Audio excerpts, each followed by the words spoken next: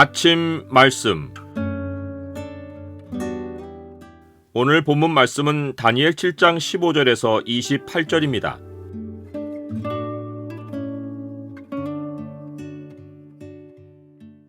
역사의 청사진을 가지면 미래의 파도를 뚫고 나간다.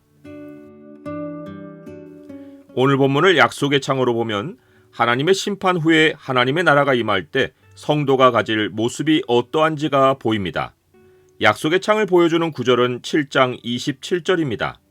나라와 권세와 온 천하 나라들의 위세가 지극히 높으신 이의 거룩한 백성에게 붙임바 되리니 그의 나라는 영원한 나라이라. 모든 권세 있는 자들이 다 그를 섬기며 복종하리라. 짐승들의 환상을 본 다니엘은 중심에 근심하고 번민합니다. 그는 환상 속에서 하늘의 영광스러운 현장에 참여하고 있습니다. 그는 하나님을 섬기는 천천만만의 천사들 가운데 하나에게 다가가 이 환상에서 본 모든 일의 뜻을 물어봅니다. 그가 수많은 천사 가운데 하나에게 물어보았는데 천사가 해석을 해준 것은 천사들이 모두 환상의 일을 이미 알고 있기 때문입니다. 다니엘은 환상의 해석을 들은 후 두려움으로 얼굴빛이 창백하게 변합니다. 역사의 종말까지를 보여주는 환상에 압도되어서이겠지만 하나님의 나라가 영원히 서고 성도가 최후 승리를 얻기까지 엄청난 역사의 소용돌이가 칠 것을 보고 마음의 두려움이 엄습한 것입니다. 그러나 다니엘은 두려움 중에도 환상의 일을 마음에 간직합니다. 시간을 두고 계시의 깊은 뜻을 분별하려 한 것입니다. 하나님의 말씀은 이루어지느냐 아니냐의 가능성을 두지 않습니다. 때가 되면 반드시 이루어집니다.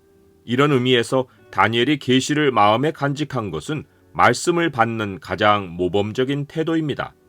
다가올 시대는 바다의 거센 파도같이 요동을 칠 것이지만 말씀을 간직한 사람은 결론의 항구에 마음의 닷을 내려놓고 파도를 뚫고 나아갑니다. 환상의 전모를 아는 천사는 짐승의 환상을 한 문장으로 요약하고 궁극의 결론을 알려줍니다. 그 네 큰 짐승은 세상에 일어날 네 왕이라. 지극히 높으신 이의 성도들이 나라를 얻으리니 그 누림이 영원하고 영원하고 영원하리라. 천사가 자세한 해석을 몰라서 간략히 설명을 끝낸 것이 아닙니다. 다니엘이 얼굴빛이 변해 있는 것을 보고 일의 결론을 빨리 말해준 것입니다. 그러나 다니엘은 넷째 짐승에 관하여 확실히 알고 싶어 합니다. 다니엘은 자기가 본 환상의 내용을 먼저 일목요연하게 진술합니다. 천사는 다니엘이 진술한 궁금한 내용을 차근차근 해석해 줍니다. 넷째 짐승은 땅의 넷째 나라입니다. 곧 로마 제국입니다. 이 나라는 온 천하를 삼키고 밟아 부서뜨리고 역사의 끝에 가서는 전 세계의 제국으로 부상합니다.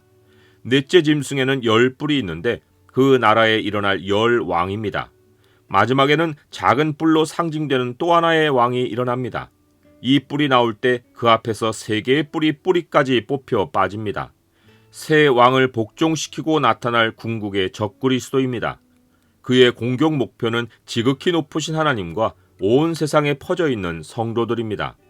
그 뿔에는 사람의 눈 같은 눈들이 있고 또 입이 있어 큰 말을 합니다. 눈들은 세상을 감찰하시는 하나님을 흉내낸 것입니다. 그는 이 눈들로 온 세상을 감시합니다.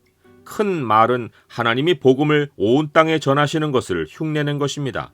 그는 세상 미디어를 장악하여 지극히 높으신 하나님을 말로 대적하고 자기 생각을 온 세상 사람의 마음에 심습니다. 그는 때와 법을 고치려고 합니다. 이는 통치 기간을 바꾸어 한 때, 두 때, 세 때로 계속 이어지게 하고 이를 위한 법령을 고치려는 시도입니다. 그는 온 세상의 통치자로서만 아니라 자기를 하나님으로 내세우며 영구 집권을 꿈꿉니다. 중국의 시진핑이나 러시아 푸틴이 좋은 선례입니다.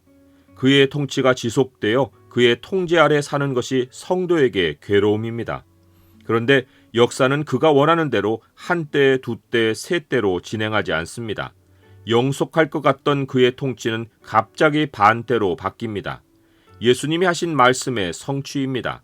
만일 주께서 그 날들을 감하지 아니하셨더라면 모든 육체가 구원을 얻지 못할 것이거늘 자기가 택하신 자들을 위하여 그 날들을 감하셨느니라.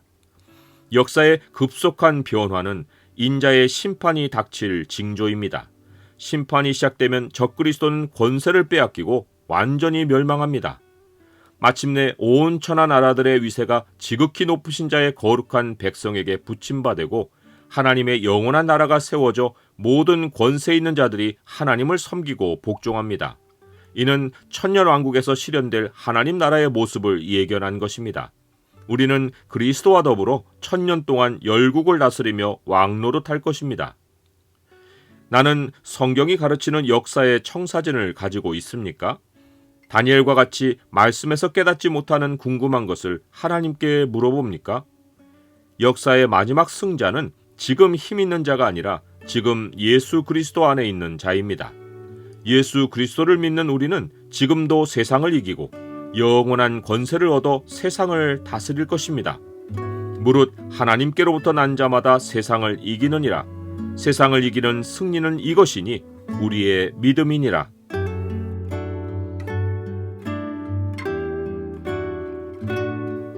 주님, 사람은 7, 80년 사는 세월로 세상을 손에 넣으려 합니다. 영구 집권을 꿈꾸는 자들이 많지만 모두 한 줌의 흙으로 돌아가고 인간 역사는 하나님 손에서 지속합니다. 지극히 높으신 주님만이 영원한 나라의 영원한 왕이십니다. 예수 그리스도의 이름으로 기도드립니다. 아멘.